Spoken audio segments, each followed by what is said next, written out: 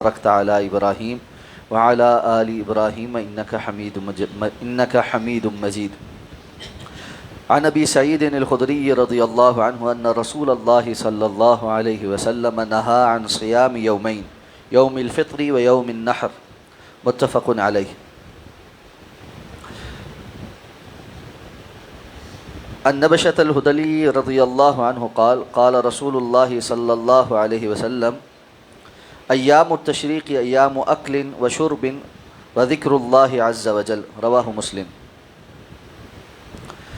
حضرت ابو سعید خدری رضی اللہ تعالیٰ عنہ بیان فرماتے ہیں کہ جناب نبی کریم صلی اللہ علیہ وسلم نے عید الفطر اور عید قربان کے دن ان دونوں روزوں سے منع فرمایا ہے. یہ حدیث مبارکہ صحیح بخاری اور صحیح مسلم کی متفق علیہ روایت ہے. حضرت نبشہ بیان فرماتے ہیں کہ رسول اللہ صلی اللہ علیہ وسلم نے ارشاد فرمایا: ایام تشریق کھانے کے اور پینے کے اور اللہ کا ذکر کرنے کے دن ہیں. روزوں سے متعلق احکام و مسائل ذکر ہو رہے ہیں. ان دونوں احادیث کو بیان کر کے کچھ ان ایام کا تذکرہ ہے جن میں روزہ رکھنا منع ہے، اور اگر کوئی شخص ان ایام میں روزہ رکھے گا تو اس کا روزہ قابل قبول نہیں ہے. اس میں دو دن، عید الفطر کا دن اور عید الاضحیٰ کا دن، یہ دو دن عید کے دن ہیں اور ان دنوں کے اندر روزہ نہیں رکھا جا سکتا. ایام تشریق یہ 10 ذی الحجہ کے بعد 11، 12 اور 13 ذی الحجہ تک یہ ایام تشریق ہے. ان کو تشریق اس لیے کہا جاتا ہے کہ پرانے زمانے میں لوگ ان دنوں کے اندر یوم النحر کے دن جو جانور ذبح کرتے تھے ان کے گوشت وغیرہ کو سورج کی روشنی میں سکھاتے تھے، تو اس کی وجہ سے اس کو ایام تشریق کہتے ہیں.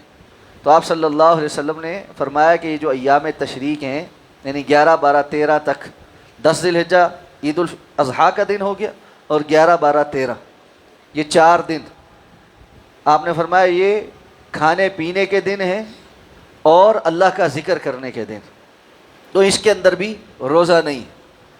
تو عید الفطر کے دن بھی روزہ نہیں رکھ سکتے، عید الاضحیٰ کے دن بھی روزہ نہیں رکھ سکتے، اور عید الاضحیٰ کے بعد متصل مزید 3 دن روزہ نہیں رکھ سکتے. یہ کھانے پینے کے دن ہیں. شیخ ابن عثیمین رحمہ اللہ فرماتے ہیں کہ عید الاضحیٰ کے بعد جو 3 دن ہیں چونکہ یہ کھانے پینے کے دن ہیں، اور عام طور پر جب کھانے پینے کی فراوانی ہو تو لوگ اللہ کے ذکر سے غافل ہو جاتے ہیں، اس لیے یہ بھی رسول اللہ صلی اللہ علیہ وسلم کی بیان کردہ حکمتوں میں سے کہ جو ایام کھانے پینے کے دن ہیں ان میں بھی اہل ایمان کو اس جانب توجہ دلائی کہ یہ اللہ کے ذکر کے دن بھی ہیں. اور یہی وجہ ہے کہ ان ایام میں ہر نماز کے ساتھ اللہ کا ذکر کرنا اور تکبیرات کا بلند کرنا یہ مسنون عمل. تو ان ایام کے اندر خاص طور پہ کھانے پینے کا اہتمام کرنا اور گوشت جو عید کا قربان کیا ہے اس کو بھی کھانا، اور جیسا کہ حدیث میں صراحت ہے کہ آپ صلی اللہ علیہ وسلم نے فرمایا تھا پہلے میں نے تمہیں گوشت ذخیرہ کرنے سے منع کیا تھا. جس سال آپ صلی اللہ علیہ وسلم کے پاس فقراء آ گئے تھے تو آپ نے 3 دن سے زائد کے گوشت رکھنے کی اجازت دی اور اس سے زائد کو جو ہے وہ فقراء میں تقسیم کرنے کا حکم دیا. بعد میں آپ نے فرمایا کہ اب تم کھاؤ بھی، تقسیم بھی کرو اور ذخیرہ بھی کرو. اور ایک روایت کے مطابق صحابہ آپ کے لیے اسی طرح جس طرح وہ مخصوص انداز میں گوشت کو سکھاتے تھے، سکھا کے رکھتے تھے، اور 6 ماہ تک رسول اللہ صلی اللہ علیہ وسلم کو پھر پکا کر اس میں سے کچھ نہ کچھ پیش کرتے تھے. تو ذخیرہ بھی کیا جا سکتا ہے. تو یہ کھانے پینے کے دن بھی ہیں اور اس کے ساتھ ساتھ اللہ کا ذکر کرنے کے دن، کہ اللہ کا ذکر یہ اصل مقصود ہے کہ بندہ اپنی خوشی کے ایام میں بھی، فراوانی کے وقت میں بھی اللہ رب العزت کو نہ بھولے. انسان کی عام طور پر عادت یہ ہوتی ہے تکلیف پہنچے تو اس کو اللہ یاد آتا ہے، لیکن آسانی اور سہولت ہو تو وہ اپنی اس سہولت کی مزے میں اور اس کے نشے میں اکثر اوقات اللہ کو بھول جاتا ہے. لیکن اللہ کے بندے وہ ہیں جو ان ایام میں بھی اللہ کو یاد رکھتے. اللہ تعالیٰ میں سمجھ کر عمل کرنے کی توفیق عطا فرمائے. سبحانک اللہم و بحمدک، نشہد ان لا الہ الا انت، نستغفرک و نتوب الیک.